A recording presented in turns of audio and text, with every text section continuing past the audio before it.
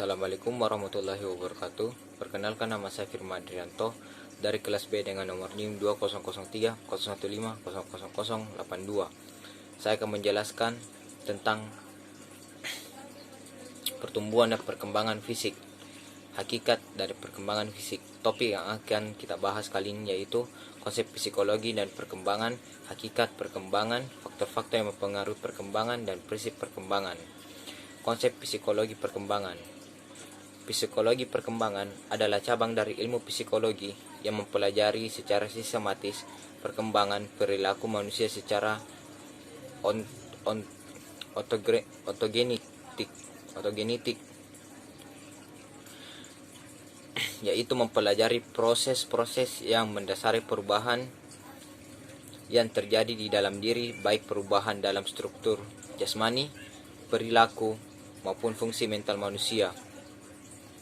Manfaat dari mempelajari psikologi perkembangan untuk mengetahui tingkah laku individu itu sesuai atau tidak dengan tingkah laku, usia, dan perkembangannya. Untuk mempengaruhi singkat kemampuan individu pada setiap fase perkembangannya, untuk mengetahui kapan individu bisa diberi stimulus pada tingkat perkembangan pada perubahan yang sangat dihadapi oleh anak. Kemudian B, perkembangan. Hakikat perkembangan menurut Kartono merupakan perubahan psikologis sebagai hasil dari proses pematangan fungsi-fungsi psikis dan fisis yang ditunjang oleh faktor lingkungan dan proses belajar pada waktu tertentu dan kedewasaannya. Ada 4 istilah yang berdekatan bahkan saling terkait pengertiannya, yaitu pertumbuhan, perkembangan, kematangan, atau perubahan. Pertumbuhan atau grow. Pertumbuhan ialah untuk perubahan secara biologi yang dialami oleh makhluk hidup, yaitu berupa pertambahan ukuran, baik volume, bobot, maupun jumlah sel yang bersifat irreversibel. Kemudian ada perkembangan atau development. Perkembangan adalah suatu gejala perubahan dalam fungsi dan organ-organ yang telah mengalami pertumbuhan tersebut. Pada aspek ini lebih ditekankan pada perubahan fungsi atau psikis yang lebih kompleks, sehingga pada perkembangan ini tidak dapat diukur dengan mudah, tetapi hanya bisa dilihat gejala perubahannya. Kemudian ada kematangan atau maturation. Kematangan ialah urutan perubahan yang teratur yang disebabkan oleh cetak biru genetik yang kita miliki masing-masing.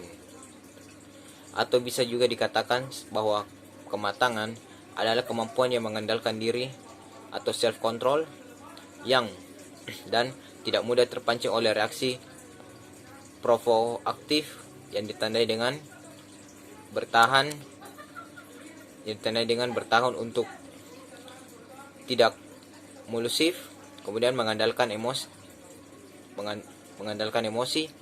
mampu merespon secara kalem dengan situasi dan frustasi. Yang kemudian ada perubahan atau change. Dalam sebuah proses perkembangan, pertumbuhan maupun kedewasaan setiap individu selalu mengalami perubahan di dalamnya. Konsep perubahan di dalam perkembangan di sini menjelaskan bahwa setiap perubahan yang ada di dalam diri individu, baik dalam hal bentuk fisik, pola pikir, maupun kedewasaan itu sendiri, dalam mewujudkan aktualisasi dalam diri individu.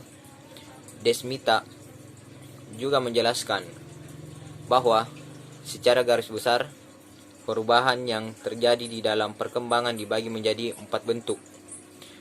Perubahan dalam ukuran besarnya, perubahan dalam proporsinya, hilangnya bentuk dan ciri-ciri lama, dan timbulnya atau lahirnya bentuk atau ciri-ciri baru. Kemudian C, faktor-faktor yang mempengaruhi perkembangan. Aliran Lavisme. Tokoh aliran ini adalah Schopenhauer. Menurut aliran ini, perkembangan organisme ditentukan oleh faktor pembawaan atau nativus. Aliran ini mengemukakan bahwa manusia yang baru dilahirkan telah memiliki bakat dan pembawaan baik karena berasal dari keturunan orang tuanya maupun memang ditakdirkan demikian. Kemudian yang kedua ada aliran empirisme. Salah satu tokoh aliran ini adalah John Locke yang mengembangkan teori tabula rasa.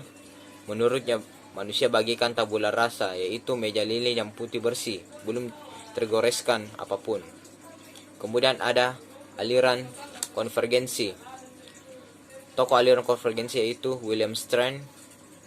Aliran ini meyakini bahwa baik faktor pembawaan maupun faktor lingkungan sama penting bagi perkembangan organisme. Kemudian D, prinsip-prinsip perkembangan. Pada dasarnya, setiap fase perkembangan satu dengan lainnya saling berkaitan erat. Hal ini membuktikan bahwa manusia merupakan satu kesatuan yang utuh. Prinsip-prinsip perkembangan itu adalah sebagai berikut. Contohnya, sebagai perkembangan dimulai dari respon-respon yang umumnya menuju khusus. Perkembangan selalu menuju proses. Kemudian, setiap orang akan mengalami tahapan perkembangan yang berlangsung secara berantai. Beberapa konsep lain tentang prinsip yang menyertai dalam pertumbuhan dan perkembangan yang ada sebagaimana berikut. Perkembangan melibatkan perubahan. Menurut Maslow dalam Hurlock 2007, tujuan perubahan perkembangan adalah upaya untuk menjadi orang terbaik secara fisik dan mental. Kedua, perkembangan awal lebih kritis dari perkembangan selanjutnya. Beberapa ahli mengatakan pendapatnya, diantaranya Milton Erickson dan Glueck. Milton dan Hurlock menyatakan bahwa masa kanak-kanak meramalkan masa dewasa sebagaimana pagi hari meramaikan hari baru. Glueck dan dalam Hurlock 2004 menyimpulkan bahwa remaja berpotensi menjadi anak-anak nakal dapat diidentifikasikan sedini usia 2-3 tahun karena perilaku antisosialnya. Yang terakhir, perkembangan merupakan hasil proses kematangan dan belajar. Ciri perkembangan fisik dan mental sebagian dari proses kematangan intrinsik dan sebagian berasal dari latihan dan usaha individu. Proses kematangan intrinsik adalah terbukanya karakteristik yang secara potensial ada pada individual yang berasal dari warisan genetik. Dalam fungsi filogenetik, fungsi umum ras misalnya merangkak, duduk, dengan fungsi otogenetik, fungsi khas untuk individu misalnya berenang, melempar bola, naik sepeda, dan lain-lain. Belajar adalah perkembangan yang berasal dari latihan dan usaha. Sebagai contoh, anak-anak yang mempunyai tatanan saraf dan otot yang superior akan mempunyai bakat, tetapi kalau tidak kesempatan berlatih dan bimbingan yang sistematis, anak itu tidak akan dapat mengembangkan potensi yang dimilikinya. Identifikasi sebagai suatu usaha individu untuk menerima sikap, motivasi, dan perilaku yang dihormati atau dicintai. Itulah sekian dari presentasi saya. Kurang dari lebihnya mohon dimaafkan. Assalamualaikum warahmatullahi wabarakatuh.